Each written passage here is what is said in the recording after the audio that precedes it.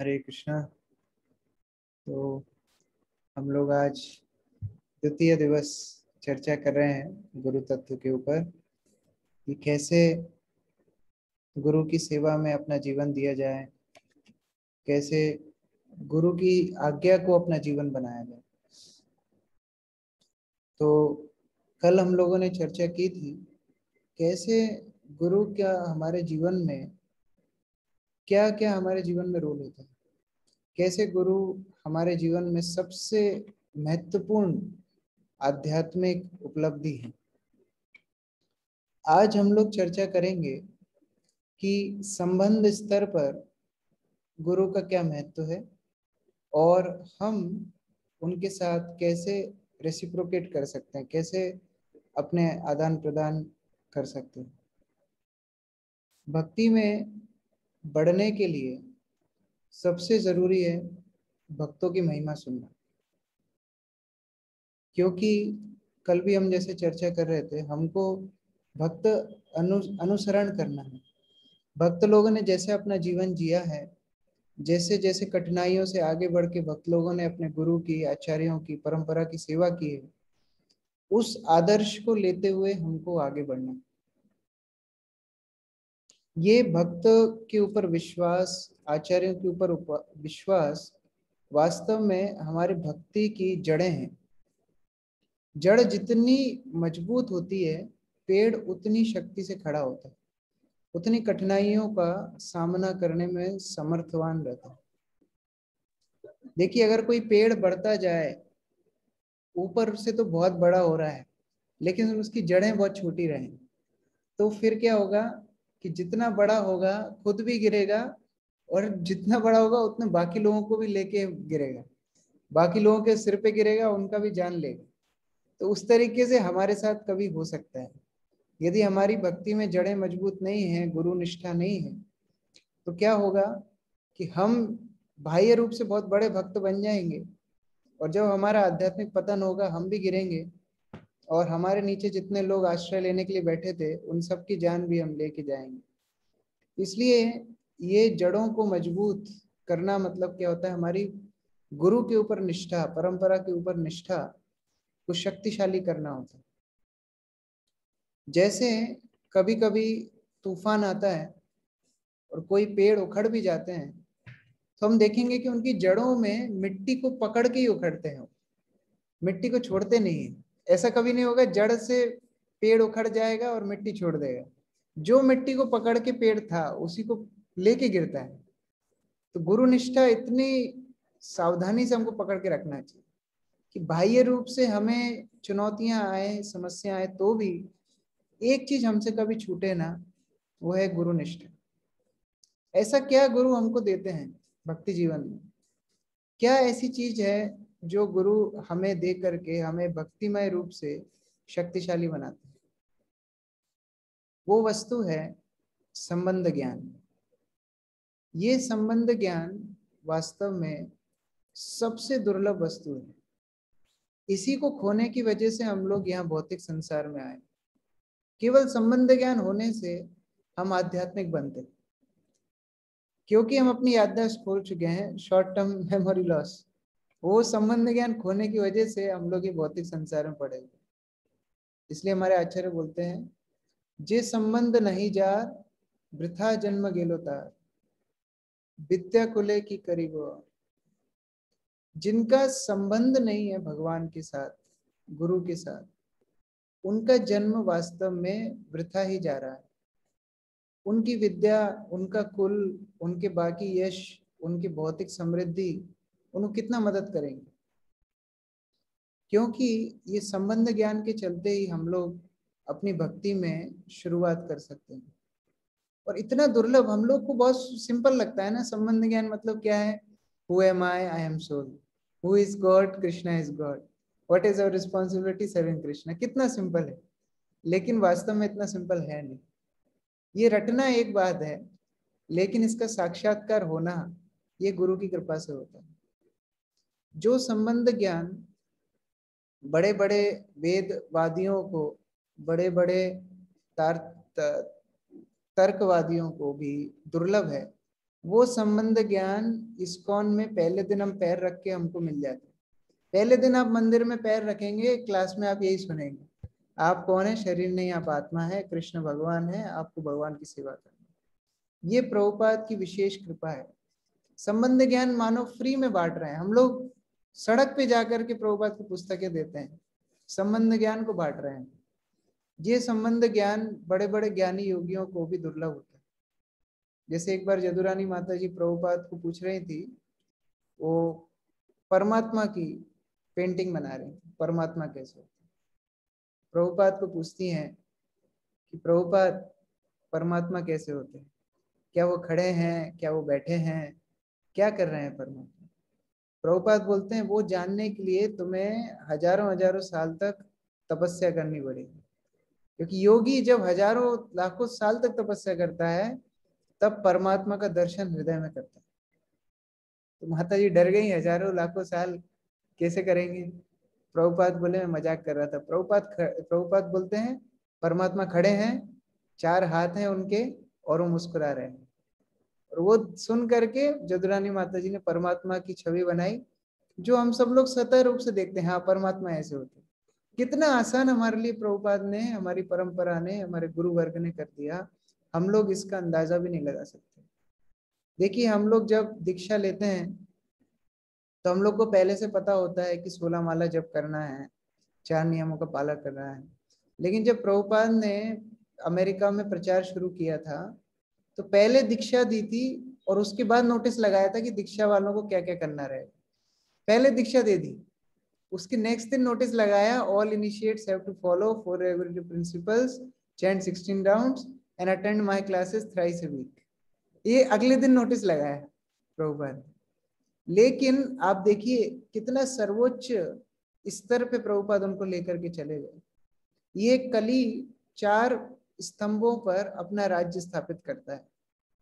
वो है 4 regulatory principal जो हम फॉलो करते हैं, उनके विपरीत क्या है, मीट ईटिंग, इंटॉक्सिकेशन, गैम्बलिंग और इलिसिट सेक्स। ये 4 चीजों पे कली खड़ा होता है। प्रभुपाद ने सबसे पहले उन चारों को काट दिया, मतलब व्यक्ति को कली से मुक्त कर दिया। उसके बाद कली काले नाम रूपे कृष्ण अवतार, कली काल में भगवान नाम के रूप में आए, तो उनको 16 माला जप करने के हिसाब से भगवान का साक्षात्कार, कृष्ण का साक्षात्कार प्रभुपाद ने दे दिया। और शास्त्र बताते हैं कि मनुष्य जीवन की सार्थकता तब होती है, उपनिषद जब हम गुरु के चरण के पास बैठ करके सुनते हैं। तो प्रभुपाद ने बोला 3 बार कम से कम हफ्ते में आकर के उनको प्रभुपाद की क्लास सुननी पड़ेगी। तो आप सोचिए, जो स्तर योगी ऋषि मुनि पूरे शास्त्र पढ़ करके समझे ना समझे उसकी गारंटी नहीं है, प्रभुपाद ने एक पेपर पे लिख करके अपने नव दीक्षित भक्तों को दे दिया। ये होता है गुरु का अभूतपूर्व योगदान, वो हमको संबंध देते हैं। देखिए हमारा संबंध कृष्ण से कैसे बन सकता है, आज हम लोग थोड़ा विचार करके देख सकते हैं। कृष्ण से संबंध, हम में से कितने लोग हैं वास्तव में कृष्ण से हमारा संबंध। बहुत ही मुश्किल होता है कृष्ण संबंध होना। कृष्ण को इवन गोलोक वृंदावन में भी डायरेक्ट रूप से, प्रत्यक्ष रूप से सेवा करने का अवसर सबको नहीं मिलता। केवल राधा रानी कृष्ण को सेवा करती हैं, अष्ट सखी उनके आसपास में रहती हैं, मंजरियां उनको मदद करती हैं, उसके बाद प्रमुख 16,000 गोपियां रहती हैं, उसके बाद अनेक अनेक दास्य रस में, साक्ष्य रस में, वात्सल्य रस में, मधुर रस में अनेक अनेक भक्त सेवा करते हैं और सब स्टेप बाय स्टेप परंपरा में कृष्ण को सेवा करते हैं। इवन भगवत धाम में जाकर भी कृष्ण से डायरेक्ट एसोसिएशन, डायरेक्ट सेवा, डायरेक्ट संबंध हमको मिलना संभव नहीं है। तो भौतिक संसार में हम कैसे अपेक्षा कर सकते हैं। अगर वास्तव में हमारा कोई संबंध है तो वो है गुरु से, गुरु परंपरा से। और यही कारण था कि जो हिप्पी, जिनको कृष्ण भावनामृत का कोई भी क्लू नहीं था, कोई भी 1% भी कोई आइडिया नहीं था, वो लोगों को प्रभुपाद ने कृष्ण का शुद्ध भक्ति नहीं बनाया, बल्कि उन लोगों ने पूरे संसार में जाकर कृष्ण भक्ति का प्रचार किया। तो हम जितना गुरु के प्रति समर्पित होंगे उतना गुरु हमको समर्थवान बनाएंगे। ये दोनों साइड से चलता है। ऐसा नहीं है कि पहले कई बार हम लोग कोई प्रोग्राम में भक्तों को बुलाते हैं, बोलते हैं ना कि अरे भगवान की जब इच्छा होगी तो बुला लेंगे। अरे भगवान ही तो बुला रहे हैं, जब इनविटेशन आपको दे रहे हैं तो कौन बुला रहा है? भगवान ही तो बुला रहे हैं। लेकिन दोनों तरफ से रेसिप्रोकेशन होना चाहिए। ये हमारी सिद्धांत है, होल्ड एंड पुल। हमारा हाथ हमको देना पड़ेगा, गुरु अपना हाथ देंगे, हमको अपना हाथ देना पड़ेगा, तब वो खींचेंगे। ऐसा नहीं हमको उठा करके कोई लेके जाएगा, ये सिद्धांत हमारा नहीं। दोनों तरफ से ये कमिटमेंट होता है। गुरु कमिट करते हैं, हाँ मैं शिष्य का उद्धार करूंगा, शिष्य कमिट करता है, हाँ मैं समर्पण रूप से सेवा करूंगा। जब ये दोनों पार्टीज से कॉन्ट्रैक्ट साइन होता है तब फुलफिल होता है हमारा एग्रीमेंट। प्रभुपाद से कई लोग बोलते थे, प्रभुपाद आप तमाल कृष्ण महाराज को इतना प्रेम क्यों करते हैं? आप तमाल कृष्ण महाराज को इतना लाड प्यार, इतना पार्शियलिटी क्यों दिखाते हैं, इतना फेवर क्यों करते हैं? प्रभुपाद बोलते हैं वो जानता है कैसे कृपा लेनी, वो जानता है कैसे कृपा लेनी। अगर तुम वैसा करोगे तुमको कृपा मिलेगी। ये दोनों तरफ से चलता है। स्पिरिचुअल टीचर, आध्यात्मिक गुरु कभी भी पार्शियल नहीं होते, हमारे डेडिकेशन के हिसाब से रेसिप्रोकेट करते हैं। आप खुद देखिए, अगर आप बिजनेसमैन हैं, कहां पर आप इन्वेस्टमेंट करेंगे? जहां से प्रॉफिट ज्यादा आएगा। गुरु वर्ग को कृष्ण भक्ति का प्रचार करना है, पूरी पृथ्वी पे कृष्ण भक्ति प्रचार करना है। जहां से रेसिप्रोकेशन ज्यादा आएगा वहां वो सामर्थ्यवान बना देंगे व्यक्ति। इसीलिए हम लोग जितना ज्यादा अपना विश्वास, जितना ज्यादा अपना समर्पण गुरु के प्रति रखते हैं, उतना गुरु हमको शक्ति देते हैं। वो भक्ति शक्ति के हिसाब से हम लोग गुरु की और सेवा अच्छे से कर पाते हैं। तो ये रेसिप्रोकल है। देखिए, भौतिक लीडर में और आध्यात्मिक लीडर में यही फर्क है। भौतिक लीडर शोषण करेगा, आध्यात्मिक लीडर उतना ही आपको समर्थवान बनाएगा जितना आप उसको समर्पित हो। दुर्योधन भगवत गीता के पहले अध्याय में क्या बोल रहे हैं?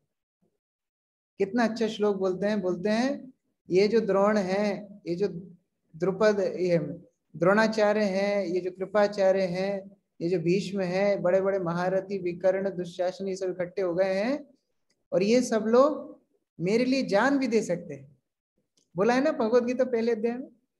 लेकिन उस उल्लू के पट्टे ने कभी ये नहीं बोला कि मैं अपनी जान उनके लिए दे सकता हूं। बोला कभी? कभी भी नहीं बोला। ये शोषण का लक्षण होता है। क्या बोल रहा है वो? ये सारे जितने भी मेरी साइड में खड़े हैं, ये सब अपनी जान दे सकते हैं मेरे लिए, यही बोल रहा है। लेकिन कभी ये नहीं बोला कि मैं अपनी जान उनके लिए दे सकता हूं, कभी नहीं बोला। इसी के विपरीत जब कृष्ण हस्तिनापुर जाते हैं और दुर्योधन से मिलते हैं, संधि करने के लिए जब गए थे, दुर्योधन बोलता है कि आप हमारे घर पे भोजन लीजिए। कृष्ण उसको बोलते हैं, देखो दो चीजों के कारण कोई किसी घर पे खाना खाता है, या तो भूख लगी हो, तो हम तो आत्माराम है, हमको भूख लगती नहीं, और दूसरी बात है कि या आपसे हमारा बहुत प्रेममय संबंध हो। तो क्योंकि आप मेरे शुद्ध भक्त पांडवों से द्वेष रखते हैं, तो मेरा आपसे कोई संबंध नहीं, क्योंकि पांडव मेरे लिए अपना सिर कटा सकते हैं। और वहां कृष्ण ऐड करते हैं ये लाइन, बोलते हैं मैं अपना जीवन उनके लिए दे सकता हूं। ये फर्क होता है आध्यात्मिक गुरु में, आध्यात्मिक लीडर में और भौतिक लीडर। हम लोग अपना जीवन सबके सब तो कोई ना कोई के लिए जीवन दे ही रहा है। कोई परिवार के लिए दे रहा है, कोई पत्नी के लिए दे रहा है, कोई बॉस के लिए दे रहा है, कोई ना कोई तो अपना जीवन दे ही रहा है। लेकिन वो लोग हमारे लिए विपरीत में क्या कर सकते हैं? क्या कर सकते हैं हमारे लिए? जो मृगारी की कथा आप सबने सुनी है, मृगारी जानवरों को मारता था। नारद मुनि ने आकर के पूछा, तुमको मालूम है कितना पाप मिलेगा तुमको? कौन इस पाप का भागीदार बनेगा? मृगारी बोलता है मैं तो मेरे परिवार के लिए कर रहा हूँ। नारद मुनि बोलते जाओ परिवार से पूछ के आओ कितना पाप लेंगे तुम्हारे। मृगारी जाकर के पति पत्नी को बोलता है, बच्चों को बोलता है, मेरा पाप कितना लोगे? बोलते भाई तुम्हारा पाप तुम जानो, तुम कौन बोला है तुमको जानवर मार के लेके आओ? कहीं से भी पैसा लेके आओ, हमने कब बोला जानवर मार के लेके आओ? तो उस समय मृगारी की आंखें खुली कि जिनके लिए मैं अपना जीवन दे रहा हूँ वो मेरे लिए कुछ भी नहीं कर सकते। आप कोई बूढ़े व्यक्ति को उठा के पूछिए, बुढ़े बुढ़ी कोई भी, उनको पूछिए पूरा जीवन आपने दिया, परिवार के लिए दिया, अपने बिजनेस के लिए, किसी के लिए दिया, आपको क्या मिला? क्या मिला? क्या कर सकते वो लोग आपके लिए? कोई किसी के लिए कुछ भी नहीं कर सकता। लेकिन केवल ये आध्यात्मिक आश्रय हमारा ऐसा है, हम अपना जीवन देंगे, गुरु रिस्पॉन्सिबिलिटी लेते हैं। आध्यात्मिक रूप से हो, भौतिक रूप से हो, वो मृगारी का पालन पोषण भी नारद मुनि करते थे। आध्यात्मिक रूप से तो करते ही थे, लेकिन भौतिक रूप से भी खाने पीने सबका काम नारद मुनि ने संभाला। अगर हमारी उस तरह की श्रद्धा है, हमको भी उस तरह होगा, लेकिन क्योंकि हमारी श्रद्धा उतनी नहीं है, उस तरह रेसिप्रोकेशन हमें आता नहीं है। प्रभुपाद एक बार, आप लोग ये सब कथा जानते हैं, मैं जस्ट दोबारा से अनुवृत्ति कर रहा हूँ।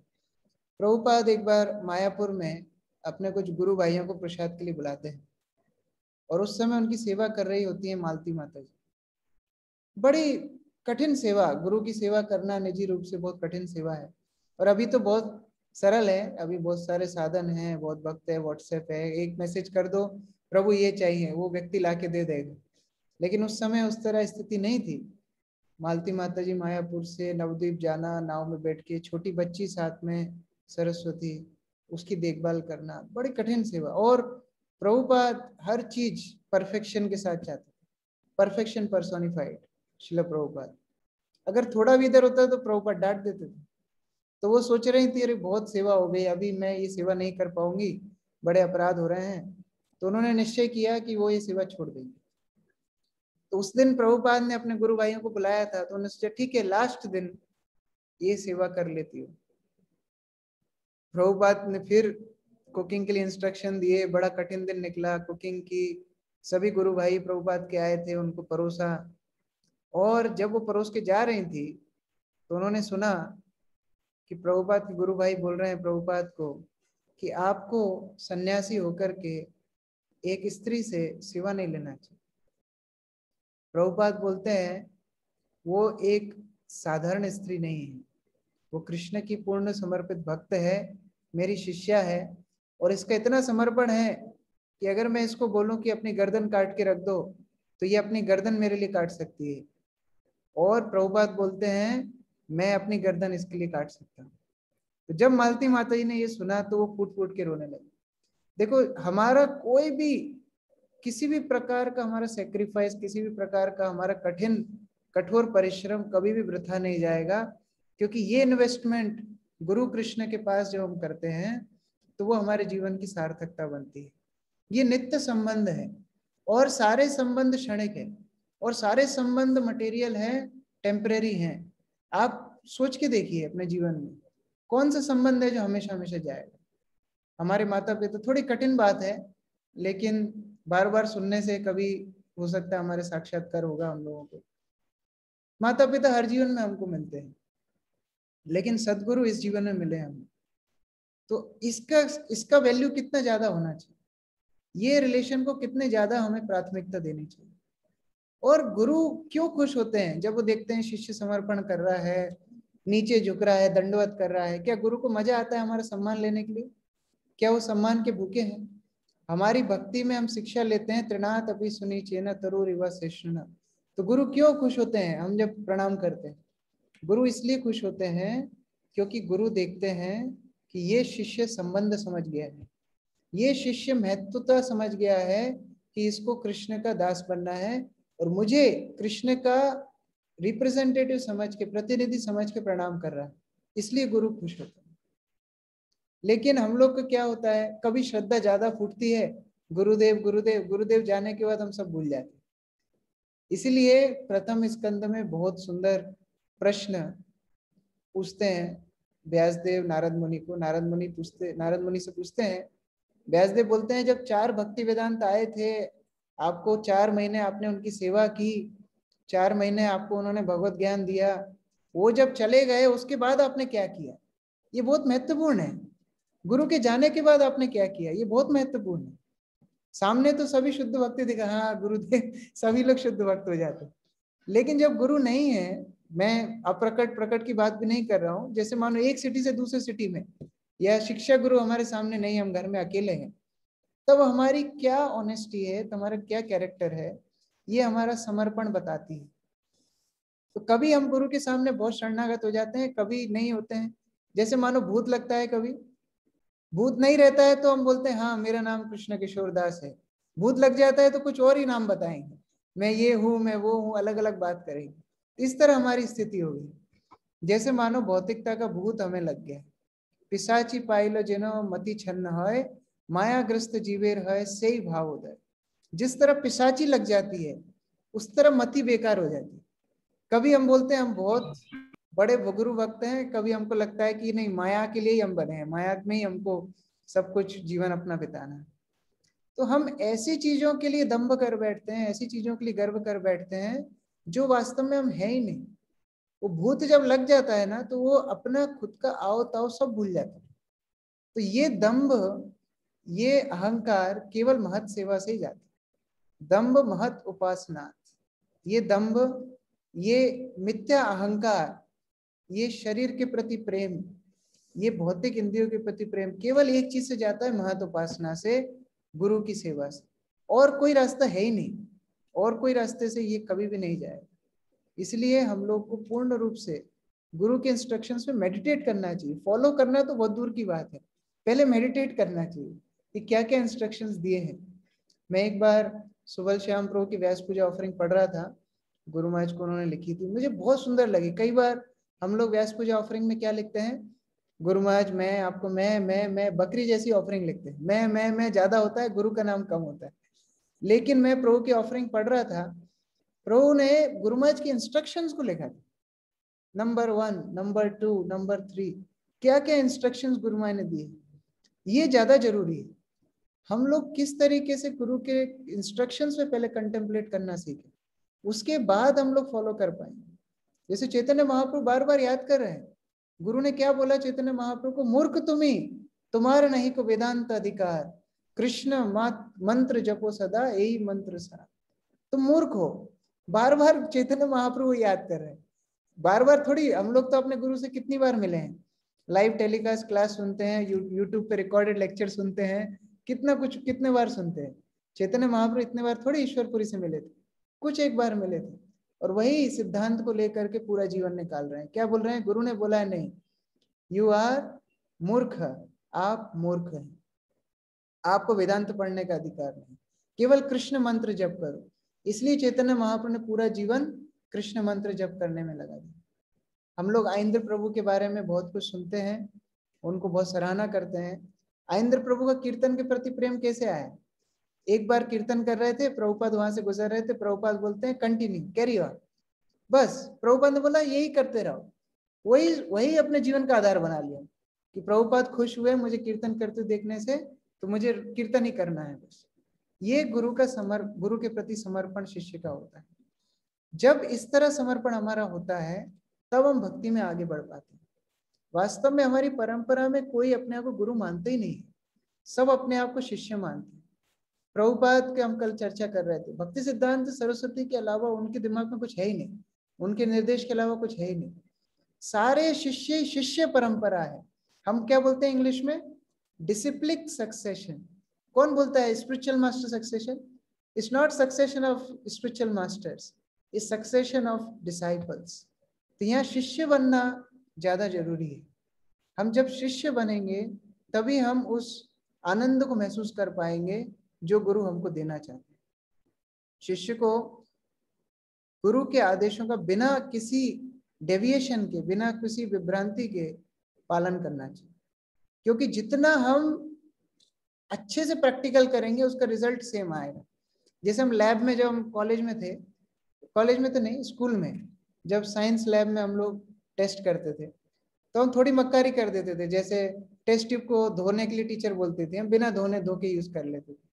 कभी टीचर बोलती थी नहीं वो ड्रॉप से नाप के डालना है, हम ऐसे अंदाज से डाल देते थे।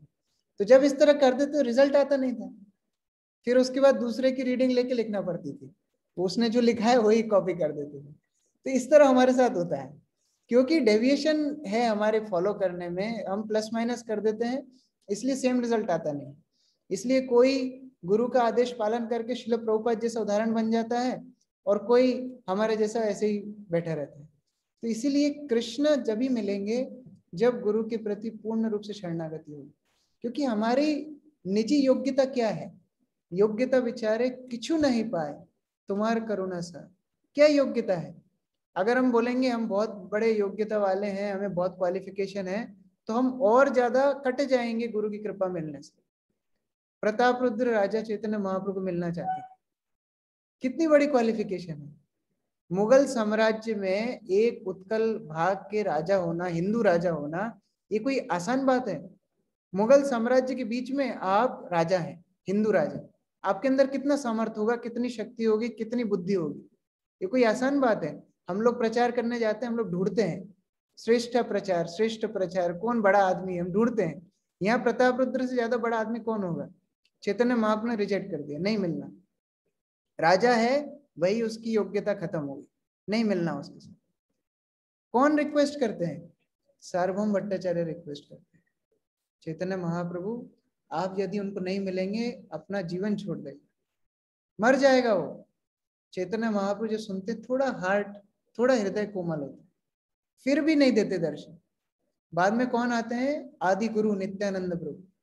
नित्यानंद प्रभु चैतन्य महाप्रभु बोलते नहीं, आप कृपा नहीं करेंगे राजा मर जाएगा, उसका जीवन ही है आपकी कृपा।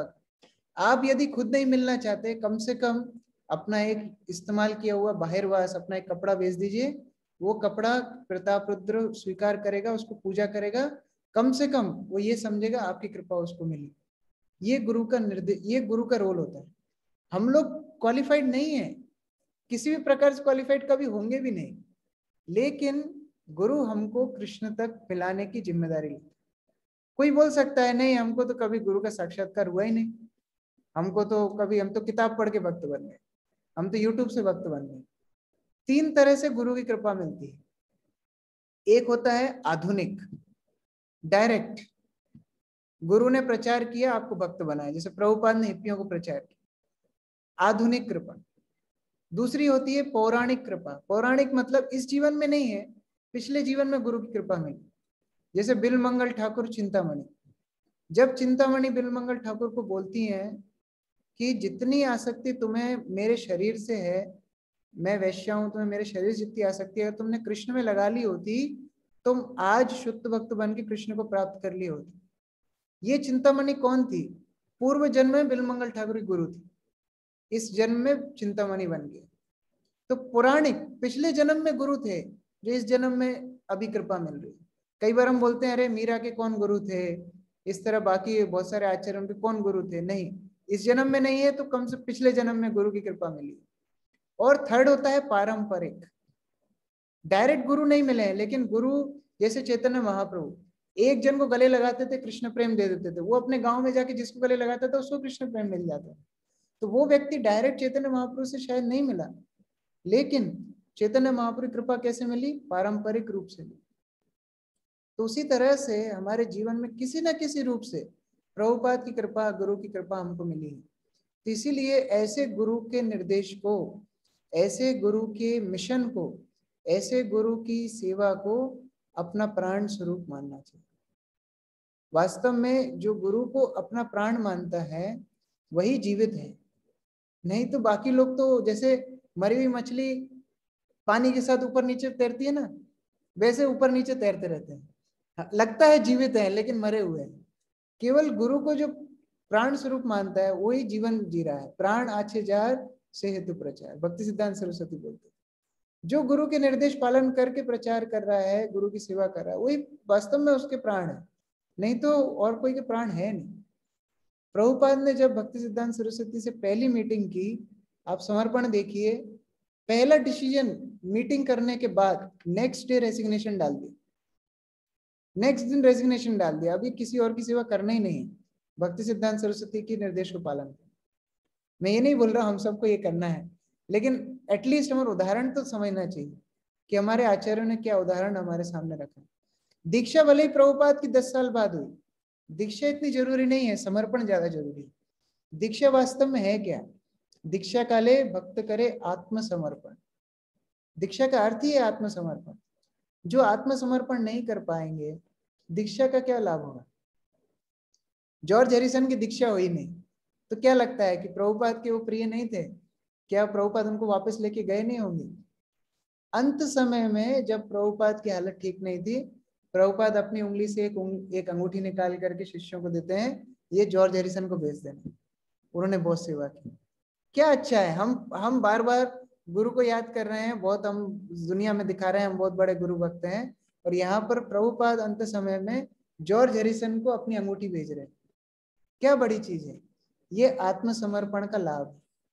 केवल मूर्ख व्यक्ति होगा जो ऐसे गुरु की सेवा छोड़ दे। अंत समय तक भी गुरु अपने शिष्य को भूलते नहीं है। जन्मे जन्मे प्रभु से, श्रील प्रभुपाद बोलते थे, एक भी शिष्य अगर भौतिक संसार में रह जाता है, गुरु बार बार जन्म लेके उसको उद्धार करने आते, बार बार जन्म लेके उद्धार करने आते। ये एक रिस्पॉन्सिबिलिटी गुरु की रिस्पॉन्सिबिलिटी होती है। ये केवल सीट पे बैठ करके व्यास पूजा अटेंड करना, माला स्वीकार करना, भोग स्वीकार करना, ये गुरु का दायित्व नहीं है। ये गुरु का दायित्व है, एक भी शिष्य अगर भौतिक संसार में रह जाएगा तो उसको लेने के लिए बार बार गुरु आएंगे। इसीलिए हमें प्रयास करना चाहिए, जितने हमारे अनर्थ हैं उनको थोड़ी देर के लिए साइड में रख करके गुरु के निर्देश के ऊपर ध्यान देना चाहिए। वैराग्य विद्या निज भक्ति योगम, ये वैराग्य की विद्या है। ये सुनने में थोड़ी कड़वी लगती है, लेकिन यही वास्तव में चैतन्य महाप्रभु का आदेश है। हमको अपनी इंडिपेंडेंस को छोड़ना है, यही वैराग्य है। घर परिवार छोड़ना, अपना कंफर्ट छोड़ना, वो सब बहुत दूर की बात है, वो अपेक्षा भी नहीं। लेकिन अपनी इंडिपेंडेंस को छोड़ना, यही पहली वैराग्य विद्या है। हमारा स्वतंत्र भाव, हमेशा अलग चलने की स्थिति, हमेशा अलग चलना। एक व्यास पूजा में, जो लास्ट व्यास पूजा हुई उज्जैन में, श्री श्रीमद भक्तिचरण स्वामी गुरु महाराज जय राधा माधव भजन गा रहे, और बीच में रोक करके गुरु महाराज ने बोला, जो मैं गा रहा हूं तुम लोग रिपीट कर रहे हो, अलग अलग धुन में रिपीट कर रहे हो, इसका मतलब क्या है? तुम लोग के बीच में यूनिटी नहीं है, तुम फॉलो नहीं करना चाहते। तुम लोग के बीच में यूनिटी होगी, एक साथ फॉलो करोगे, ये इंडिपेंडेंस को छोड़ना जरूरी है। अलग अलग भगने में कोई भक्ति नहीं होती है, साथ में चलने में भक्ति होती है। तो ये वैराग्य विद्या का मतलब ये नहीं है कि हम भक्तों को ही छोड़ दें, गुरु के आदेश को ही छोड़ दें। प्रभुपाद अपने एक सॉन्ग में लिखते हैं, त्यागी होइया छे भाई करो सबे त्याग। बहुत अच्छी बात है, आप बड़े बड़े त्यागी बन गए हैं, प्रभुपाद बोल रहे हैं अपने भजन में, बहुत अच्छी बात है, आप त्यागी हो गए हैं, बहुत कुछ त्याग कर रहे हैं। लेकिन वाणी त्याग करो यदि किसेर बैराग, आपने गुरु की वाणी का ही त्याग कर दिया, इतना त्याग करना सीख गए कि गुरु की वाणी का ही त्याग कर दिया। तो ऐसी मूर्खता हमको नहीं करनी। जैसे एक बार एक व्यक्ति को बोला कि समुद्र के तट पे जाओ, पारसमणि आपको ढूंढोगे तो पारसमणि मिल जाएगी। अब वो एक लोहे की बोल्ट को लेके जाता है और हर पत्थर को छुपा छुपा के देखता है कि पारसमणि होगा तो सोना बन जाएगा। एक बार छुपाता है, दूसरी बार छुपा, नहीं मिलता है, ढूंढते ढूंढते शाम हो गई, शाम होके देखता है वो सोना बन गया। तो कौन सा पत्थर टच करके सोना कब उसने फेंक दिया, अनकॉन्शियसली उसको मालूम ही नहीं, कब पारसमणि हाथ से निकल गई। तो हमारे साथ भी कई बार ऐसा होता है, सब कुछ छोड़ने की फिराक में गुरु को ही छोड़ देते हैं, गुरु को इतना सिंसियर हो जाते हैं। मैं एक बार एनीवे तो एक बार हम लोग जब वृंदावन गए थे तो गुरु महाराज प्रवचन दे रहे थे, कई वक्त लोग परिक्रमा करने के लिए, ठीक जैसे भक्तिदान सरस्वती के टाइम पे हुआ था, ठीक वैसे ही गुरु महाराज बोलते हैं कि जब आपके आध्यात्मिक गुरु यहाँ बैठ करके प्रवचन दे रहे हैं, आप आंखों की एक्सरसाइज करने के लिए आप क्या लाभ होगा, आंख की एक्सरसाइज करने से क्या लाभ होगा? परिक्रमा करने के लिए हम जा रहे हैं, गुरु से सुनने में हमारी श्रद्धा नहीं। तो इस तरह का वैराग्य हमें नहीं दिखाना। ये सारे व्रत, तप, जप, साधन, ब्रह्मचर्य, ब्राह्मण, सब कुछ केवल गुरु की साधना के लिए, गुरु की प्रसन्नता के लिए। जैसे एक पतिव्रता स्त्री सजती है अपने पति के संतुष्टि के लिए, उसी तरह गुरु वैष्णव सदाचार का पालन करता है गुरु की संतुष्टि के लिए, साधन भजन करता है गुरु की संतुष्टि के लिए। ऐसा नहीं है कि हमारे साधन भजन से हम कृष्ण को प्राप्त कर लें। एक बार प्रभुपाद एक यूनिवर्सिटी में लेक्चर दे रहे थे और उनके सन्यासी शिष्य बड़ा डंडा वंडा लेके साइड में बैठे थे। उस समय सन्यासी मतलब बड़ी बहुत कठोर बात भी होती थी, सन्यासी मतलब तो स्माइल भी नहीं देंगे, इतने कठोर एकदम स्ट्रिक्ट मुंह बना करके बैठे। तो सब सन्यासी पास में बैठे थे, प्रभुपाद लेक्चर दे रहे थे। तो जो माइक था बार बार ऐसा हो रहा होता है ना, माइक कभी प्रोग्राम में ऐसा हो जाता, उसको कितना ऊपर उठाओ ऊपर दोबारा नीचे चला जाए। तो प्रभुपाद ने अपने सन्यासी शिष्य को बोला, तुम्हारा जनेऊ दो, तुम्हारा ब्राह्मण थ्रेड दो। वो टेंशन में आ गया, जनेऊ कैसे निकाल के दो? प्रभुपाद ने बोला दो। उसका जनेऊ निकाल करके माइक को बांध दिया, प्रभुपाद ने लेक्चर दे दिया। लेक्चर के बाद प्रभुपाद उसको बोलते हैं, तुम्हारे सन्यास का, तुम्हारे ब्राह्मण होने क्या फायदा, अगर गुरु की सेवा चैतन्य महाप्रभु की सेवा में नहीं लग पाएगा, चैतन्य महाप्रभु के संकीर्तन आंदोलन में यदि नहीं लग पाएगा, तुम्हारे ब्राह्मण होने क्या फायदा है। तो उसी तरीके से ये सार है, कितना भी हम घूम फिर के आए, ऐसे खाएं चाहे ऐसे खाएं, कैसे ही खाएं, घूम फिर के गुरु सेवा आचार्य निष्ठा यही सार। इसके अलावा हम लोग कहीं से भी अपने जीवन में सफलता प्राप्त नहीं कर सकते। और ऐसे गुरु को बहुत सावधानी से, वंदो मोई सावधान मते, उनके निर्देशों को बहुत सावधानी से, बहुत ही सतर्कता से पालन करना चाहिए। क्या क्या गुरु ने बोला है। जब भक्तिवेदांत हॉस्पिटल बन रहा था मुंबई में, तो श्री श्रीमद राधानाथ स्वामी महाराज को शिष्यों ने पूछा कि महाराज कौन सा कलर करना चाहिए हॉस्पिटल, कौन से रंग का कलर करना चाहिए। तो महाराज बोले जो मायापुर चंद्रोदय मंदिर का कलर प्रभुपाद ने डिसाइड किया वही कलर करना चाहिए। और कोई बुद्धि है ही नहीं, single thought, whatever guru did, whatever guru decided, I have to follow same thing. No separatist mentality. ये शिष्य का कर्तव्य होता है। क्योंकि हम जब गुरु के निर्देशों में त्रुटि देखने लगते हैं ना, तो भक्तों के भी ऊपर देखते हैं, भगवान के ऊपर भी देखने लगते हैं। गुरु पद्म पाद पद्म जार अपराध होए, से ही अपराध ईश्वर पर्यंत थे का, ईश्वर पर्यंत तक जाता है वो अपराध। हम सोचते हैं नहीं, हम तो भक्तों में ही त्रुटि देख रहे हैं, गुरु में नहीं देख रहे हैं। फिर वो धीरे धीरे गुरु में देखने लगते हैं। फिर हम लोग गुरु के त्रुटि कैसे देखते हैं, जैसे मानो हमारे ग्रुप में एक भक्त है जो कभी क्लास में नहीं आता, कभी क्लास में नहीं आता, जप नहीं करता, कुछ नहीं करता। वो उसी दिन आया जिस दिन गुरु माँ जाए, गुरु माँ ने उसको माला पहना दी। आप सोचेंगे देखो गुरु माँ ऐसे आदमी को माला पहना रहे, मैं इतना सिंसियर खड़ा हूं सामने, गर्दन भी झुका दी थी मैंने, मेरे को माला नहीं पहनाई, उसको पहना दी। तो हम लोग अभी किस में त्रुटि देख रहे हैं, वो भक्त में नहीं देख रहे हैं, अभी गुरु में त्रुटि देख रहे हैं कि देखो गुरु ने इसको इंचार्ज बना दिया, प्रभु जी को बोल दिया लेक्चर देने के लिए। प्रभु जी के अंदर तो हमसे कम गुण है, हम तो उनसे ज्यादा साधन भजन करते हैं। तो इसका मतलब हम वो भक्त में त्रुटि नहीं देख रहे हैं, वो प्रभु जी में त्रुटि नहीं देख रहे हैं, किस में त्रुटि देख रहे हैं, गुरु में त्रुटि देख रहे हैं। और गुरु में त्रुटि देख रहे हैं मतलब क्या है, जो कृष्ण ने अपना प्रतिनिधि बनाया गुरु को, वो कृष्ण में त्रुटि देख रहे हैं। तो इसीलिए ये अपराध ऊपर तक जाता है। इसलिए कभी भी गुरु के ऊपर कभी भी इस तरह अविश्वास नहीं करना चाहिए। गुरु मुख गुरु पाद पद्म मुखे जार चित्त है। जिस तरह गुरु के पाद मुख पाद वक्त में जिस तरह हमारा चित्त होगा, उसी तरह हम लोग अपनी भक्ति में आगे बढ़ पाएंगे। और कोई भी हमारा डेविएशन होना नहीं चाहिए। जैसे रेलवे ट्रैक है, रेलवे ट्रैक में थोड़ा सा स्लाइट 0.05 डिग्री का स्लाइट डेविएशन होगा तो क्या होगा, रेल पटरी से गाड़ी उतर जाएगी, कितने लोग मरेंगे जिसकी कोई संभावना नहीं। तो जितना बड़ा प्रचारक है उनको उनके गुरु के प्रति उतना निष्ठा होना चाहिए, नहीं तो जितने लोगों को साथ में लेके चल रहा है वो सबको लेके डूबेगा, खुद तो डूबेगा, सबको लेके डूबेगा। तो इसलिए गुरु के प्रति इस तरह की विश्वास हमें होना चाहिए। और ज्यादा गुरु को अपनी कर्तव्य अपने करतूते नहीं बताना चाहिए, हम इतने बड़े बंदर हैं कि हम उल्टी गुलाटी खा सकते हैं, ये बताने से हम अपना मजाक ही उड़ाते हैं गुरु के साथ। जैसे नरोत्तम दास ठाकुर जब लोकनाथ गोस्वामी के पास आए दीक्षा के लिए निवेदन करने के लिए, पहली जब उनकी भेंट हुई तो लोकनाथ गोस्वामी उनको पूछते हैं कि आप कौन हैं, तो बोलते हैं मैं नरोत्तम। तो लोकनाथ गोस्वामी अच्छा आप वही हैं, राजा के पुत्र हैं, राजकुमार हैं, इस तरह। नरोत्तम दास ठाकुर क्या गलती, एक बोल दिए हाँ। ये हाँ बोलने के कारण लोकनाथ गोस्वामी हाँ आप बहुत बड़े व्यक्ति हैं, मैं तो अधिकार नहीं है आपको दीक्षा देने का, आप तो चैतन्य महापुरुष स्वयं आपको प्रेम दे करके गए हैं, आपको तो मैं प्रणाम करता हूँ। देखो एक चीज के कारण बाद में जब उन्होंने दैन्य भाव से सेवा की, लोकनाथ गोस्वामी सुबह अपनी नित्य क्रिया जहाँ करके जाते थे, नरोत्तम दास ठाकुर जिनको गौरांग महाप्रभु ने स्वयं ने दर्शन दिया, स्वयं ने कृष्ण प्रेम दिया, स्वयं राजा के पुत्र हैं, बंगाल से पैदल चल के वृंदावन आए, सभी वैष्णवों के इतने प्रिय हैं, वो क्या कर रहे हैं, उनकी वृष्टा साफ कर रहे हैं। हम लोग को इस तरह सेवा कोई देगा, कितने दिन हम कर सकते हैं, ये इतना आसान काम नहीं है। हम लोग ताली बजा सकते हैं उदाहरण पे, बहुत अच्छी बात है, लेकिन ये इतना आसान काम नहीं है। वो देख करके लोकनाथ गोस्वामी ने स्वीकार किया, हाँ नरोत्तम मैं तुमको दीक्षा दूंगा।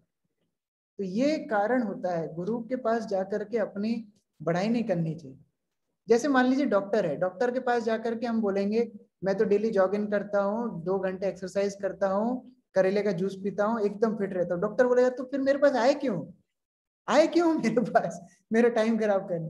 डॉक्टर के पास जाकर के अपनी मुश्किल बताना चाहिए, मैं खाता हूँ, मेरी डाइजेस्ट नहीं होता, ये प्रॉब्लम होती है, नींद नहीं आती, ये नहीं होता, वो नहीं। प्रॉब्लम जब बताएंगे तब डॉक्टर समाधान कर पाए।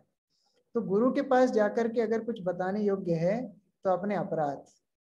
भक्तिविनोद ठाकुर बोलते हैं आचार्य निष्ठा का मतलब ही यही है कि हमारी प्रॉब्लम हम सॉल्व नहीं कर सकते, अपने शिक्षा गुरुओं के पास, अपने दीक्षा गुरु के पास जाकर के निवेदन करना चाहिए कि आप मेरी मदद कीजिए।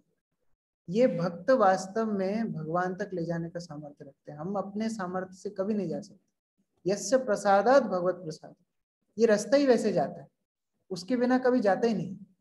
विश्वनाथ चक्रवर्ती ठाकुर बहुत सुंदर एक नाम देते हैं भगवान, बहुत सुंदर नाम, वो नाम है भक्त कृपाणु गामिनी। इतना सुंदर नाम। भक्त जब कृपा करते हैं उस रास्ते पर चलते हैं भगवान, जब तक भक्त कृपा नहीं करते वो रास्ते पे चलते ही नहीं, वो जाते ही नहीं। इसलिए सबसे बड़ी उपलब्धि हमारे जीवन में है हमको सदगुरु हमारे जीवन में प्राप्त।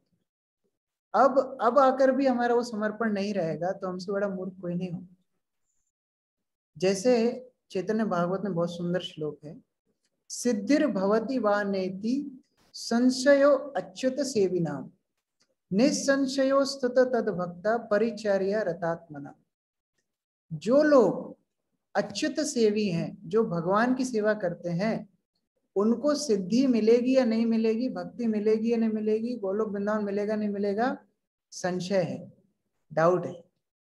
लेकिन निसंशयो तद भक्तो, लेकिन जो भगवान के भक्तों की परिचर्या करते हैं, जो भक्तों की सेवा करते हैं, निसंशयो, कोई भी डाउट नहीं है कि उनको भगवत भक्ति, कृष्ण भक्ति, सिद्धि मिलेगी ही मिलेगी।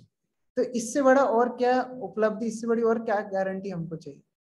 तो इसलिए हम लोगों को पूर्ण रूप से विश्वास होना चाहिए कि गुरु के निर्देश से, गुरु के आदेश से हमारा पूर्ण रूप से उत्थान हो। अच्छा, जब हम गुरु बोलते हैं तो इसका मतलब नहीं केवल गुरु की हम आज्ञा करेंगे और किसी की मानेंगे। गुरु मतलब अपने रिप्रेजेंटेटिव्स के साथ हमेशा, अपने अनुयायियों के साथ, परिकरों के साथ गुरु की पूजा होती है। जैसे रामानुजाचार्य ने एक बार अपने 2 शिष्यों को भेजा एक गांव में खबर देने के लिए कि वो आ रहे। एक बड़ा धनी व्यक्ति था, उसके पास ये 2 शिष्य गए, उन्होंने बोला रामानुजाचार्य आ रहे। इतना खुश हो गया, इतना खुश हो गया, अरेंजमेंट करने लगा, भागा दौड़ी करने लगा, सब कुछ करने लगा। लेकिन जो शिष्य खबर लेकर के आए थे उनको ही पूछना भूल गए। अभी ये 2 शिष्य वापस गए, रामानुजाचार्य को बोला कि हमने खबर दे दी। रामानुजाचार्य एक प्रश्न पूछते, बोले तुमको उन्होंने कैसा सम्मान दिया, वो व्यक्ति ने तुमको कैसा सम्मान दिया? तो दोनों शिष्य बोले नहीं, वो तो इतने खुश थे आप आ रहे हैं, वो तो तैयारी करने में तुरंत लग गए। नहीं, वो जरूरी नहीं, तुमको कैसा सम्मान दिया? नहीं, हमको तो उन्होंने कुछ पूछा ही नहीं। रामानुजाचार्य ने प्लान ही कैंसिल कर दिया, उनके घर जाने की बजाय दूसरे शिष्य घर में। तो if you love me love my dog, ये कंसेप्ट हमेशा लगता है। गुरु मतलब गुरु के जितने अनुयायी हैं, गुरु के जो रिप्रेजेंटेटिव हमारे सामने, उनके सामने भी हमको नतमस्तक होना सीखना चाहिए। ये शरणागति का स्तर बढ़ता है। पहले हम गुरु को समर्पण करते हैं, एक व्यक्ति, फिर जैसे जैसे भक्ति में आगे बढ़ते हैं हमारा समर्पण का दायरा, the circle of our surrender has to increase, वो बढ़ना चाहिए। और जिसका सबसे ज्यादा बढ़ जाता है वो होता है उत्तम अधिकारी, सबको वैष्णव समझता है, खुद को अवैष्णव समझता है। तो हमको उसके बीच में रहना है कम से कम गुरु और उनके प्रतिनिधियों को हम लोग एक रूप से सम्मान कर सकें। तो उस रूप से जब हम आगे बढ़ेंगे तब हम लोग वास्तव में गुरु की ठीक रूप से कृपा प्राप्त कर पाएंगे। हमारे संबंध आचार्य हैं सनातन गोस्वामी, कितने महान, कितने विद्वान, भौतिक रूप से विद्वान, समृद्ध, आध्यात्मिक रूप से विद्वान, लेकिन जब चैतन्य महाप्रभु से मिले तो क्या बोल रहे हैं? नीच जाति नीच संगी पतित अधम, कुविषय कूपे पड़ी गुआइनु जन्म। नीच जाति में मेरा जन्म हुआ है। वास्तव में उनका जन्म कहाँ हुआ था? ब्राह्मण कुल में हुआ। क्या बोल रहे हैं? नीच जाति, नीच संगी, नीच लोगों के संग में करता हूँ। किसके साथ रहते थे? रूप गोस्वामी के साथ। पतित अधम, मैं पतित हूँ, अधम हूँ, आप मुझे उत्थान कीजिए। अपनार हित हित किछु नहीं जानी, ग्राम्य व्यवहार पंडित ताई सत्यवान। मैं अपना हित नहीं जानता हूँ, क्या मेरे लिए अच्छा है, फिर भी लोग जब मुझे तारीफ करते तो मैं बहुत अपने आप को बहुत बड़ा समझता हूँ। ये मेरी मूर्खता है। थोड़ा हम प्रवचन कर देते हैं, लोग माला पहना देते हैं, हमको लगता है अब हम बहुत बड़े वक्ता बन गए, हम बहुत बड़े महान भक्त बन गए। देखिए, एक बार एक भक्त व्यासासन पे बैठ के लेक्चर दे रहा है। लेक्चर में बोलता है मेरी कोई योग्यता नहीं, सभी बोलते हैं मेरी कोई योग्यता नहीं है, मैं आप लोग के आशीर्वाद से बोल रहा हूँ, इस तरह बोलते हैं। जब व्यासासन से नीचे उतरा तो एक भक्त ने करेक्शन देता है, कोई बात नहीं प्रभु आप थोड़ा सिद्धांत गलत बोल रहे। तो बोला अरे कैसे गलत बोल, मैं तो यहाँ पढ़ा हूँ वहां। बोले प्रभु आप तो व्यासासन बोल रहे थे ना आपकी योग्यता नहीं, हमारे आशीर्वाद से बोल रहे हैं, तो हम तो आपको करेक्शन दे रहे हैं। बोले नहीं नहीं नहीं, वो बोलना मेरा फर्ज है कि मेरी योग्यता नहीं, और आपका फर्ज है ये समझना कि मैं विनम्र हूं। आप ये मत समझो कि मेरी योग्यता नहीं। तो लोग थोड़ी तारीफ करते हैं, ग्राम्य व्यवहार पंडित ताई सत्यवानी, लोग थोड़ा मशहूर कर देते हैं हमको, हम सोचते हैं हम बहुत बड़े पंडित। इसलिए गुरु के सामने जा करके ये पंडित नहीं दिखाना चाहिए। कृपा करी यदि मोरे करिया छे उद्धार, आपन कृपा ते कहो कर्तव्य हमार। आप बताइए मेरा कर्तव्य क्या है, मैं अपनी बुद्धि नहीं लगाऊंगा, आप जो बोलेंगे वो करूंगा। कल हम लोग चर्चा कर रहे थे अर्जुन का उदाहरण, करिष्ये वचनम तव, आप जो बोलेंगे वो मैं करूंगा, आप जैसे बोलेंगे वो मैं करूंगा। ये जब हम करना सीख जाते हैं तब भक्ति सरल हो जाती है। वास्तव में भक्ति कॉम्प्लिकेटेड नहीं, हम कॉम्प्लिकेटेड है, भक्ति तो सरल है। तो ये आदि की सनातन गोस्वामी कितना सरल पूछ रहे, आप मुझे बताइए मेरा कर्तव्य क्या है, वो मैं करूंगा। साध्य साधन तत्व पूछिते न जानी, कृपा करी सब तत्व कहो तो आपनी। मैं पूछना भी नहीं जानता हूं क्या पूछना चाहिए गुरु से। साध्य साधन तत्व पूछिते न जाने, मैं जानते नहीं गुरु से क्या पूछना चाहिए, गुरु से आके हम क्या पूछना चाहिए वो भी नहीं जानते हैं। ये हमारी स्थिति है। आकर के हम पूछते हैं गुरु महाराज आप कैसे हैं, अरे उनके पास जाके पूछो मैं कैसा हूँ, गुरु महाराज मैं कैसा हूँ ये बताओ, मेरी स्थिति कैसी है ये बताओ। गुरु महाराज को जाके पूछते हैं गुरु महाराज आप कैसे हैं। तो ये गुरु से क्या पूछना चाहिए ये भी हमको नहीं मालूम। तो गुरु के पास जाकर क्या बोलना चाहिए, कृपा करी सब तत्व कहो तो आपने, आप अपने आप से बताइए मेरे लिए क्या बेस्ट है, मेरे लिए क्या साधन है। हमारी साधन भजन सब केवल गुरु हमको बता सकते क्या करना चाहिए, नहीं तो हम इतना कॉन्कोक्शन कर देंगे कि हमारी भक्ति को कॉम्प्लिकेटेड कर देंगे। गुरु महाराज एक बार मायापुर में योग पीठ में जप करने चले थे, तो लौट करके आए, प्रभुपाद ने बहुत डांटा, कहाँ गए थे? गुरु महाराज बोलते योग पीठ पे। प्रभुपाद बोलते क्यों गए थे? जप करने। प्रभुपाद बोलते या मंदिर में जप नहीं होता है? गुरु महाराज बोलते प्रभुपाद वहां शांति मिलती है। प्रभुपाद बोलते क्या कृष्ण भावना में तुम शांति लेने के लिए आए हो, शांति प्राप्त करने के लिए आए हो कृष्ण भावनामृत? कृष्ण भावनामृत में हम हेडेक लेने के लिए आए, शांति लेने के लिए नहीं आए। ये गुरु का जो हेडेक है वो शेयर करने के लिए हम आए, शांति लेने के लिए नहीं आए। प्रभुपाद ने ये सिद्धांत बताया।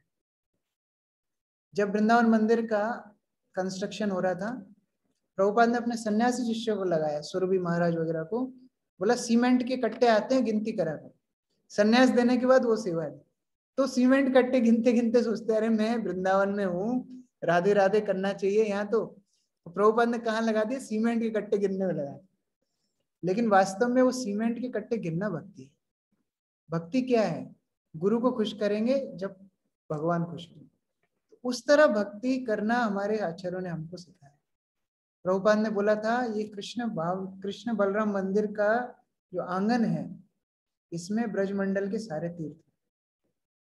किसको विश्वास होगा, हम लोग जाते हैं, क्या हम रह सकते हैं दूसरी जगह दर्शन किए बिना, केवल कृष्ण बलराम मंदिर दर्शन करके वृंदावन वापस आए बिना हम रह सकते हैं? हमारी उतनी श्रद्धा ही नहीं।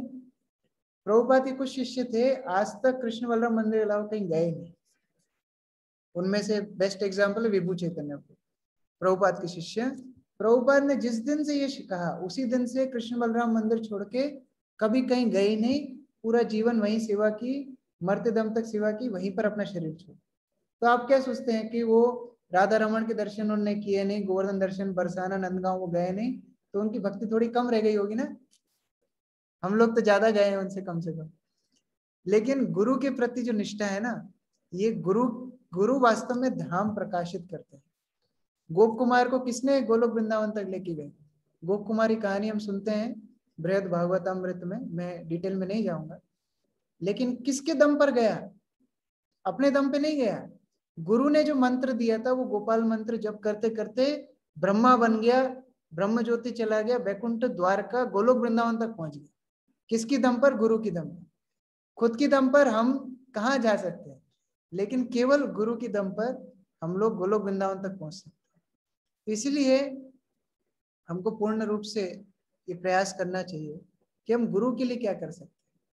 अभी तो हमको इतना कुछ मिला है भक्ति में, संबंध ज्ञान मिल गया, भक्ति जीवन में माला मिल गई, दीक्षा मिल गई, नाम मिल गया, सब कुछ मिल गया। अब गुरु के लिए हम लोग क्या कर सकते हैं? जीवन देना बहुत आसान है, जीवन जीना गुरु के निर्देश के अनुसार कठिन था। बोलते गुरु जी आपके लिए जीवन दे दूंगा, जीवन देने की जरूरत नहीं।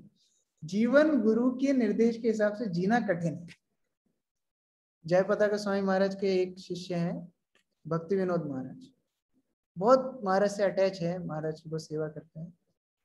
महाराज को उन्होंने भेजा आप जाइए साउथ इंडियन प्रचार। तो गुरु का पर्सनल सेवा छोड़ करके दूर जाना सबको कठिन लगता है, उनको लिए बहुत चैलेंज का काम था। वो गए, बहुत मेहनत से साउथ इंडिया में उन्होंने प्रचार किया, बहुत साल लगे, बहुत कठिन परिस्थिति से गुजरे। पहली बार आप सोचिए, आपने कहीं नई प्रीचिंग शुरू की, पहली बार उस ग्रुप को लेकर आप गुरु से मिलवाने ले जा रहे हैं। फर्स्ट टाइम साउथ इंडिया से वो ग्रुप को लेकर के फर्स्ट टाइम जयपताका महाराज की व्यास पूजा में ले जा रहे थे। पहली बार कैलकाटा तक पहुंच गए, कैलकाटा से एक बस कर करके मायापुर जा रहे थे, अगले दिन व्यास पूजा थी। रास्ते में उनको फोन आया कि गुरु महाराज चाहते हैं आप बेंगलोर चले जाइए, दयाराम प्रभु को हेल्प चाहिए कोर्ट केस में। वो व्यक्ति ने मायापुर तक भी जाने का इंतजार, वहीं पर बस से उतर गया, कैलकाटा मायापुर के रास्ते वहीं पर उतर गए, वहां से जो साधन मिला वापस कलकत्ता जाके बेंगलोर चले। जब अगले दिन जयपताका महाराज की व्यास पूजा हुई, बड़े बड़े शिष्य आए, उन्होंने अपनी अपनी ऑफरिंग दी, सब लोगों ने बहुत गुणगान किया, गुरु महाराज हम आपके लिए जान दे सकते, सब लिखते ही है व्यास पूजा ऑफरिंग में भाव ज्यादा आता है तो उस तरह सब लिखते ही हैं। सब लोगों ने अपनी अपनी ऑफरिंग दी। उसके बाद जब जयपताका महाराज ने अपनी व्यास पूजा एड्रेस दिया तो उसमें बोलते हैं कि आप सब यहाँ पर मेरे साथ हैं, मायापुर धाम में हम आनंद कर रहे हैं, लेकिन मेरा एक शिष्य रास्ते से लौट करके मेरी आज्ञा के लिए गया है भक्ति विनोद महाराज बेंगलोर में, तो मैं उसके लिए बहुत कृतज्ञ हूँ। तो ये होता है शिष्य के लिए सबसे ज्यादा महत्वपूर्ण टाइम, सबसे बड़ी उपलब्धि, सबसे biggest achievement for a disciple, कि जहाँ गुरु के लिए वो कुछ कर पाता है और गुरु उसके लिए कृतज्ञ होता है।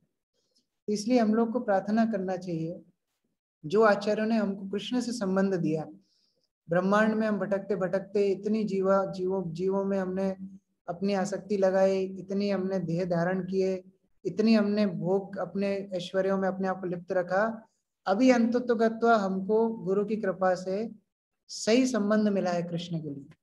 अभी हमको गुरु के प्रति किस तरह कृतज्ञता होना चाहिए, उनके निर्देशों के लिए किस तरह समर्पण होना चाहिए, हम लोग निश्चय कर सकते हैं। तो हम लोग को उस तरह गुरु के चरणों में प्रार्थना करना चाहिए कि कम से कम उनके निर्देशों का पालन कर सके, कम से कम उनके निर्देशों का उल्लंघन ना करें, अगर उनको खुश नहीं कर पाए तो कम से कम नाराज भी ना करें। तो उस तरह प्रार्थना हमको गुरु के चरणों में करना चाहिए। हरे कृष्ण। जगत गुरु श्रील प्रभुपाद की जय, ब्रह्मोद्भव गौड़ीय संप्रदाय की जय, इस्कॉन गुरु वृंद की जय, समवेत भक्त वृंद की जय, निताय गौर प्रेमानंदे, हरे कृष्ण। His Grace कृष्ण किशोर प्रभु जी की जय। प्रभु जी इतना वंडरफुल लेक्चर था। मैं एक ही चीज इसमें बोलना चाहूंगा कि आप वहां पे हैं श्री श्री राधा मदन मोहन के वहां, और श्री श्री राधा मदन मोहन क्या करते हैं कि हमारा जो वासनाएं अलग अलग जगह जो लगी हुई हैं उसको निकाल के हमको भगवान के ओर लगाने वाले हैं। और हमारा जो संबंध है, जैसे राधा मदन मोहन कौन है? वो संबंध विग्रह है ना। तो आज आपका जो टॉपिक भी था संबंध के ऊपर, तो आप कृपा करके हम सबके लिए प्रार्थना कीजिए कि हम सब वैसे बन जाएं जैसे गुरु महाराज चाहते हैं, और उसी तरह से सेवा करें जैसे गुरु महाराज चाहते हैं। तो ये एक दिन करके, जिससे गुरु महाराज तो हम सबको देखते हैं, समझ रहे हैं, जैसे अभी आपने बताया जब सामने होते हैं तब कैसा लगता है, और जब चले जाते हैं तो फिर किस तरह से हम रिएक्ट करते हैं, आप देखिए। तो ये चीज है रियलिटी में। मैं भी यही सोचता हूँ कितनी बार के अब बहुत इजी है फॉल डाउन होना मेरा, और एट द सेम टाइम बहुत इजी है कृष्णा और गुरु की कृपा प्राप्त करना। क्योंकि गुरु महाराज क्या है, अब जैसे पेड़ के पीछे छुप गए हैं और छुप के देख रहे हैं कि अब क्या करते हो तुम। तो मैं यही सोचता हूँ कि पता नहीं, अगर आप जैसे भक्त सब साथ में रहेंगे तो मिलके हम गुरु महाराज को खुश कर सकें। और यही मेरी प्रार्थना है, और आपसे भी प्रार्थना है, हमारे लिए प्रार्थना कीजिए कि हम गुरु महाराज की इच्छाओं पे, उनकी जो सोच थी हमारे लिए, उस पर खरे उतर सके और वैसे भक्त बन सके जैसे गुरु महाराज चाहते हैं। और प्रभु जी, ये तो मेरी तरफ से प्रार्थना है। दूसरा, मैं चैट बॉक्स में देख रहा था कि कुछ भक्तों को कुछ सवाल है आपसे। तो मुझे ये लगता है कि वो सवाल के लिए हम कैसे करें, कल का रखें या आज? तो मेरे ख्याल से वो प्रभु जी है कि नहीं, पता नहीं। हाँ, जैसा आप बोलेंगे, कल भी कर सकते हैं, आज भी कर सकते हैं, जैसा आप बोलेंगे। अगर किसी को कोई सवाल पूछना है, हरि बोल, वो हाथ ऊपर कर सकते हैं, तो अनम्यूट कर दें उन्हें, या आप चैट बॉक्स में लिख सकते हैं।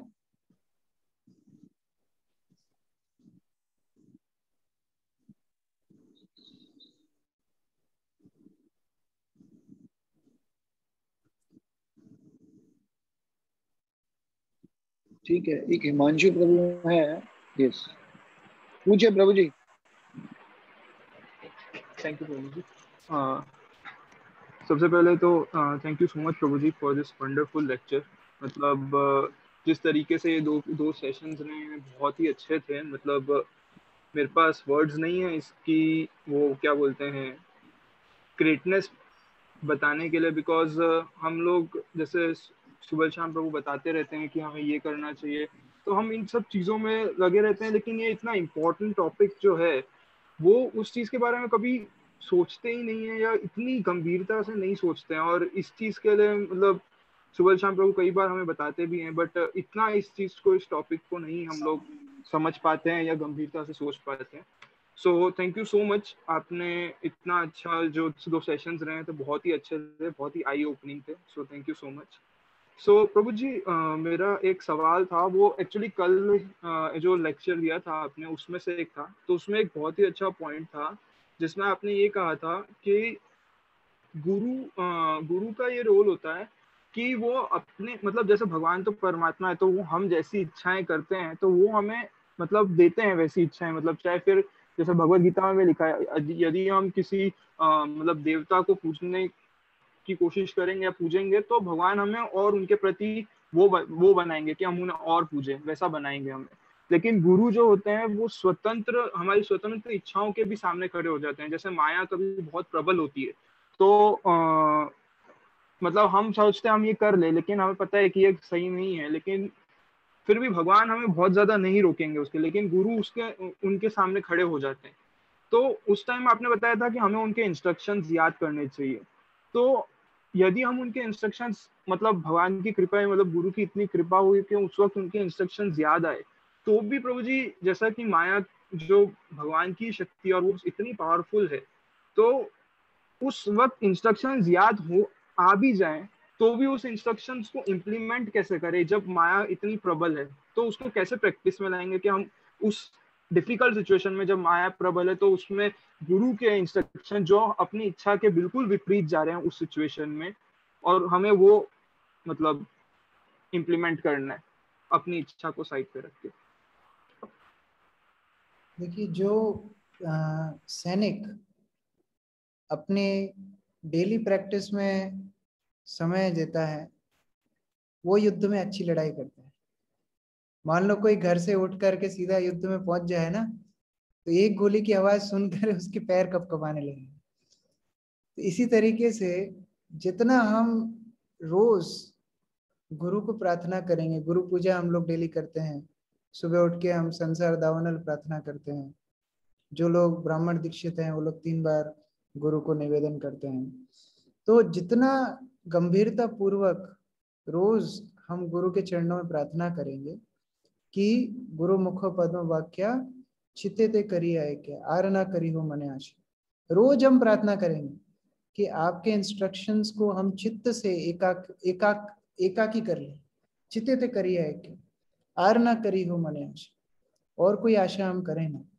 जितना हम उस तरीके का भाव रोज गुरु के सामने प्रार्थना करेंगे, उतना ही कठिनाई के समय पर इंस्ट्रक्शंस याद रहेंगे। क्या होता है जब हमारे जीवन में सब कुछ ठीक चलता है, तब हम उस शरण लेना भूल जाते हैं। तो फिर इस तरह विपत्ति के समय पर वो निर्देशों को याद रखना, उनको पालन करना कठिन बन जाता है।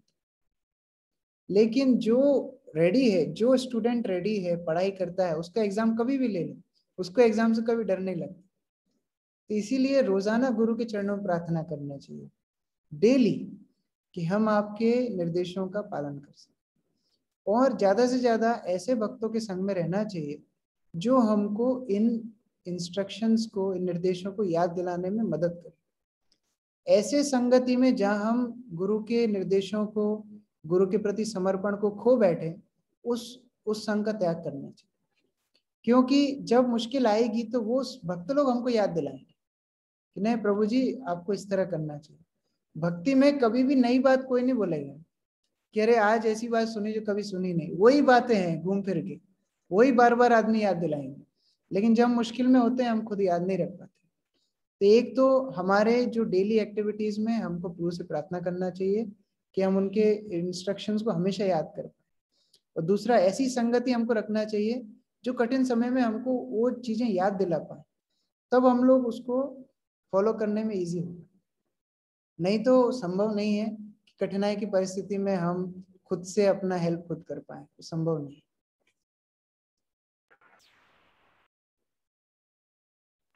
Thank you Prabhu ji, thank you so much. Hare Krishna.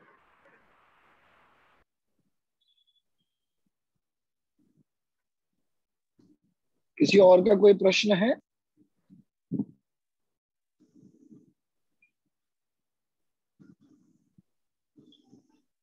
तो मेरे ख्याल से आज का सेशन हम यहीं वाइंड अप करते हैं।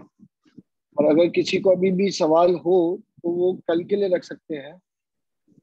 अच्छा, यहाँ पे एक और प्रभु जी मैसेज है, चैट मैसेज में एक आया है, अगर if you can read it.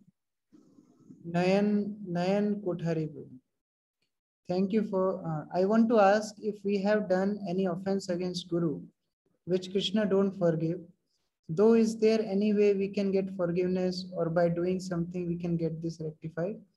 Yes, by asking forgiveness from Guru. Nobody else can forgive. Krishna cannot forgive because Krishna is in custody of Guru. Aham bhakta paradina.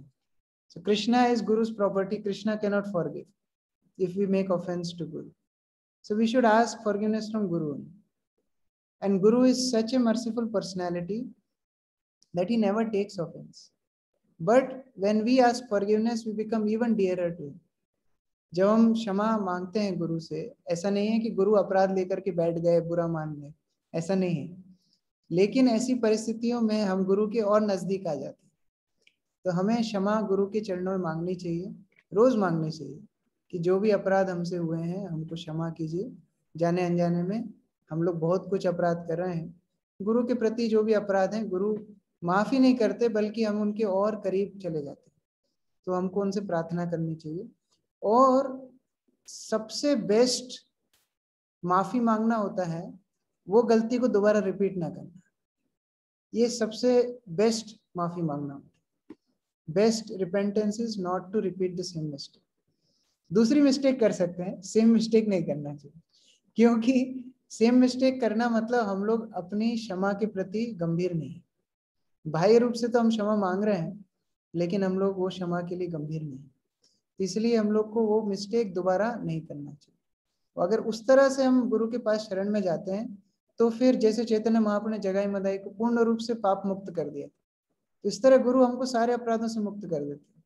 लेकिन फिर condition वही है कि और दोबारा से सेम मिस्टेक नहीं करना, उससे फिर नाव अपराध होता है।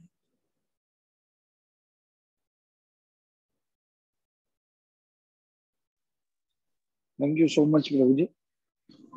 मेरे ख्याल से आज का सेशन हम यही कंप्लीट करते हैं, और मैं सभी भक्तों को ये कहूंगा कि कृपा करके, मैं देख रहा था कि कुछ भक्तों ने नोट्स बनाए हैं और ये रिकॉर्डिंग्स भी अवेलेबल है। स्पेशली अगर जो प्रभु जी का नाम है कृष्ण किशोर प्रभु, तो उनके नाम से यूट्यूब चैनल है, उस पर भी अवेलेबल है, शायद हमारे पार्टनर सेना पेज पे भी अवेलेबल है ये लेक्चर्स। इसको वापस सुनिए, इसको मनन कीजिए, और मनन करेंगे जितना इस लेक्चर्स को, तो उतना हम देखेंगे कि हम गुरु के इंस्ट्रक्शंस को और इजीली समझ पा रहे हैं और गुरु के करीब पहुंच पा रहे हैं। यही मेरा रिक्वेस्ट है।